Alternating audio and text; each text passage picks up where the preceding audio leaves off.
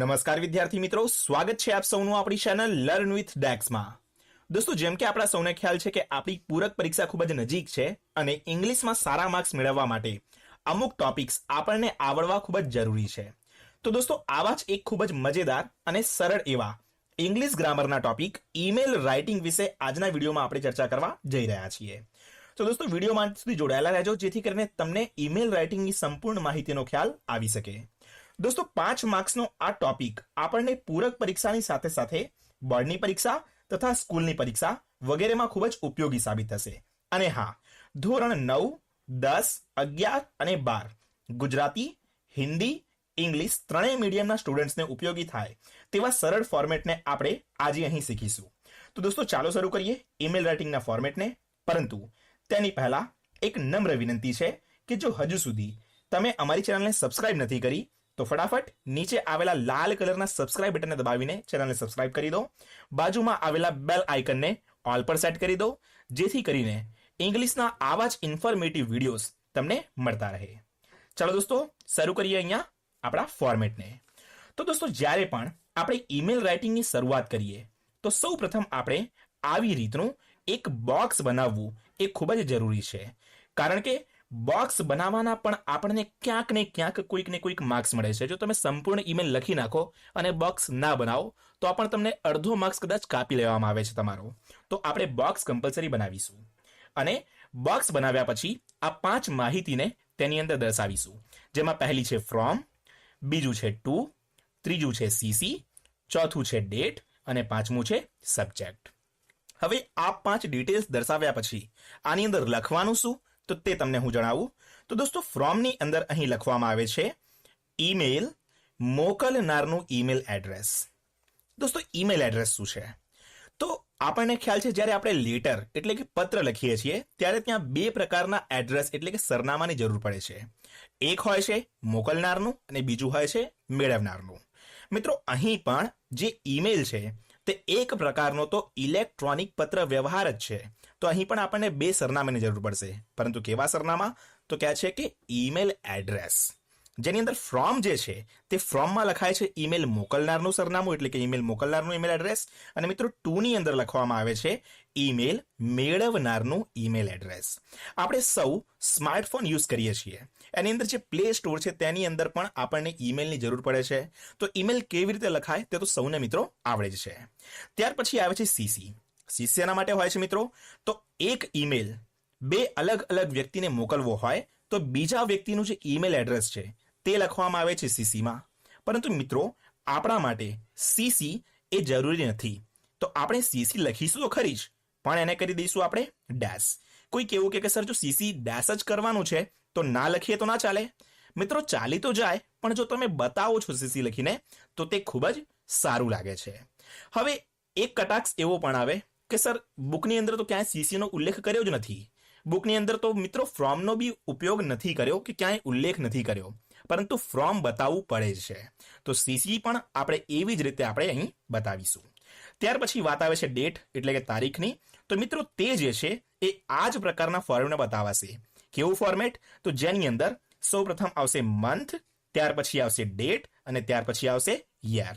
ધારો કે આજે કઈ તારીખ છે તો કે 21મી, કયો મહિનો ચાલે છે તો કે સપ્ટેમ્બરનો, તો આપણે બતાવીશું સપ્ટેમ્બર 21, 2020। ત્યાર પછી આવે છે દોસ્તો સબ્જેક્ટ। સબ્જેક્ટ એટલે કે ઈમેલનો વિષય, જે અગાઉથી તમને પ્રશ્નમાં આપેલ હશે તે વિષય આપણે અહીં લખવાનો હોય છે। જેમ કે આપણને વિષય આપેલ છે કે બર્થડે વિશ કરવા માટેનું, તો આપણે અહીં શું લખીશું સબ્જેક્ટમાં? આપણે લખીશું કે વિશિંગ હેપી બર્થડે। તો જે પણ સબ્જેક્ટ આપણને આપેલ છે પ્રશ્નમાં તે સબ્જેક્ટ આપણે અહીં બતાવીશું। જેવો સબ્જેક્ટ ફિનિશ થાય છે તરત જ એની નીચેની લાઈનથી આપણે સેલ્યુટેશન એટલે કે અભિવાદન લખવાનું શરૂ કરીશું। અભિવાદન જેમ કે dear mother, dear father, dear brother, dear sister, dear friend વગેરે। જો આ ના લખાય તો મિત્રો લખવામાં આવે છે રિસ્પેક્ટેડ, રિસ્પેક્ટેડ સર અથવા રિસ્પેક્ટેડ મેડમ। હવે આપણને પ્રશ્ન થાય કે ડિયર ક્યારે વાપરવામાં આવે અને રિસ્પેક્ટેડ ક્યારે વાપરવામાં આવે અભિવાદનમાં?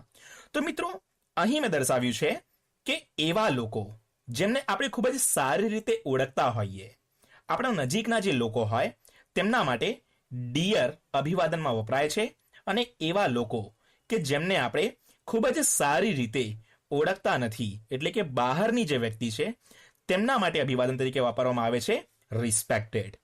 અમુક લોકો એવું કહેતા હોય છે કે ડિયર લખો તો બી ચાલશે, પણ મિત્રો મારું માનવું છે કે ડિયર અને રિસ્પેક્ટેડ તમે એવી રીતે અલગ અલગ બતાવો તો વધારે સારું લાગે છે. એનો અર્થ એવો નથી કે તમારે ડિયર પણ લખવાનું અને રિસ્પેક્ટેડ પણ લખવાનું, બેમાંથી મિત્રો લખવાનું છે કોઈ એક જ. અભિવાદન પતાવ્યા પછી દોસ્તો આપણે અહીં બતાવીશું આપણા ઈમેલનો પહેલો પેરેગ્રાફ. મિત્રો અહીંયા જે ફોર્મેટ હું બતાવી રહ્યો છું તે એવું ફોર્મેટ મેં બનાવેલું છે કે XYZ કોઈ પણ ઈમેલ તમને કોઈ પણ સબ્જેક્ટ રિગાર્ડિંગ પૂછાય તમે આ જે ફોર્મેટ છે તેનો ઉપયોગ કોઈ પણ ઈમેલમાં કરી શકશો. તો દોસ્તો પહેલું ફોર્મેટ જે છે તેનો પેરેગ્રાફ મેં બતાવેલું છે કે hello dash thank you for read my email. The purpose of my email is that dash. મિત્રો અહીં હેલો જે આપણે લખ્યું તેના પછી જે પહેલી ખાલી જગ્યા આપણે બતાવી તેમાં જે પણ વ્યક્તિને આપણે ઈમેલ લખી રહ્યા છીએ તે વ્યક્તિને આપણે બતાવી દઈશું, જેમ કે hello mother, hello father, hello friend કોઈ પણ, અથવા બહારની કોઈક વ્યક્તિને લખીએ છીએ આપણે લખીશું હેલો સર અથવા hello ma'am. Thank you for read my email. The purpose of my email is that. હવે અહીંયા જે ખાલી જગ્યા બતાવી તેની અંદર તમે જે ઉપર સબ્જેક્ટ લખ્યો છે મિત્રો તે સબ્જેક્ટ તમે બતાવી દેશો આ બીજી ખાલી જગ્યામાં. તો પહેલી ખાલી જગ્યામાં એ વ્યક્તિને બતાવશો કે જેને તમે ઈમેલ લખી રહ્યા છો, અને બીજી ખાલી જગ્યામાં સબ્જેક્ટ કે જે ઓલરેડી આપણે ઉપર બતાવેલ છે. તો મિત્રો આ થયો પહેલો પેરેગ્રાફ. ત્યાર પછી સ્ટાર્ટિંગ કરીશું આપણે બીજા પેરેગ્રાફની. બીજા પેરેગ્રાફમાં આપણે લખીશું કે I want to inform you that, અને ત્યાર પછી જે વિષય પર ઈમેલ પૂછાય તેને અનુરૂપ 5-6 વાક્યો.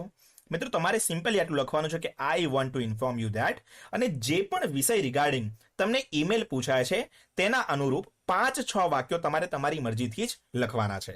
હવે કોઈક મને એવું કહે કે સર જો અમારે અમારી મરજીથી જ લખવાનું છે તો આ વિડીયોનો ફાયદો શું? મિત્રો આ વિડીયોનો ફાયદો એ છે કે સ્ટાર્ટિંગ તમે સારી રીતે બતાવો છો, ત્યાર પછી જે એન્ડિંગ સારી રીતે બતાવો છો તે ખૂબ જ સારી લાગે છે. વચ્ચે ભલે તમે કદાચ થોડી ઘણી ભૂલ કરો છો તો પણ જલ્દી કોઈકની નજર તેની ઉપર જતી નથી. તો મિત્રો આ 5-6 વાક્યો તમે લખશો તમારી મરજીથી, તમારા હિસાબથી, અને ત્યાર પછી તમારે બતાવવાનું છે કે કાઇન્ડલી પ્રોવાઈડ યોર ફીડબેક. આ તમારે દરેક ઈમેલના એન્ડિંગ ઉપર લખી જ દેવાનું કે કાઇન્ડલી પ્રોવાઈડ યોર ફીડબેક. આટલું લખ્યા પછી એની નીચેની લાઈનમાં તમે લખશો મિત્રો થેન્કિંગ યુ, અને થેન્કિંગ યુ લખ્યા પછી તમારે લખવાનું છે અહીંયા યોર્સ ફેથફુલી, અને ઈમેલ લખનાર વ્યક્તિનું નામ એટલે કે ફ્રોમમાં જે વ્યક્તિનું ઈમેલ એડ્રેસ લખેલું હશે તે જ વ્યક્તિનું નામ આપણે લખીશું અહીંયા યોર્સ ફેથફુલી પછી. હવે અમુક લોકો એવું કે સર આ જે યોર્સ ફેથફુલી છે તેની જગ્યાએ યોર્સ લવિંગલી કે યોર્સ સિન્સિયરલી પણ તો લખવામાં આવે છે. હા મિત્રો લખવામાં આવે છે, અને ક્યારે શું લખાય છે તેના રિગાર્ડિંગ પણ અહીંયા મેં ઇન્ફોર્મેશન આપેલી છે. ધારો કે મિત્રો આપણે એવા વ્યક્તિને ઈમેલ લખીએ છીએ કે જેને આપણે ઓળખતા ન હોઈએ, તેમના માટે લખાય છે એન્ડિંગમાં યોર્સ ફેથફુલી. એવી વ્યક્તિને ઈમેલ લખીએ છીએ કે જેને ઓળખીએ છીએ તેના માટે લખાય છે મિત્રો યોર્સ લવિંગલી. ત્યાર પછી જો વ્યક્તિનું પર્સનલ નામ આપેલ છે તો નામ આપેલ છે ત્યારે એન્ડિંગ આપણે દર્શાવીશું યોર્સ સિન્સિયરલીથી. અને જ્યારે આપણા શિક્ષકને કે પછી આપણા આચાર્યને લખીએ છીએ ત્યારે મિત્રો આપણે લખીશું યોર્સ ઓબિડિયન્ટલી. તો મિત્રો આ જે વિવિધ પ્રકારની એન્ડિંગ છે ઈમેલની તે પણ અહીં મેં તમને દર્શાવેલી છે. બસ તો દોસ્તો આ હતું એક ફોર્મેટ કે જે તમને ધોરણ 9 થી 12 ની અંદર કોઈ પણ પ્રકારનો ઈમેલ પૂછાય છે તમે તે પ્રકારના ઈમેલની અંદર આ ફોર્મેટને બતાવી શકો છો. બસ તો દોસ્તો આ હતી સંપૂર્ણ માહિતી ફોર્મેટ અને ઈમેલ રાઇટિંગ વિશે. આના સિવાય જો તમને જરૂર લાગતી હોય કે એક ઈમેલ તમને હું એવી રીતનું સમજાવું કે જે રીતનું એક્ઝામમાં પૂછાય છે આ જ ફોર્મેટની મદદથી, તો નીચે કમેન્ટ બોક્સમાં મને જરૂરથી જણાવજો. બીજું કે જો આ વિડીયો તમને હેલ્પફુલ લાગ્યો હોય, વિડીયો તમને ગમ્યો હોય તો વિડીયોને લાઈક અવશ્ય કરજો, અને બને તેટલું વધુમાં વધુ તમારા મિત્રો જોડે આને શેર કરજો.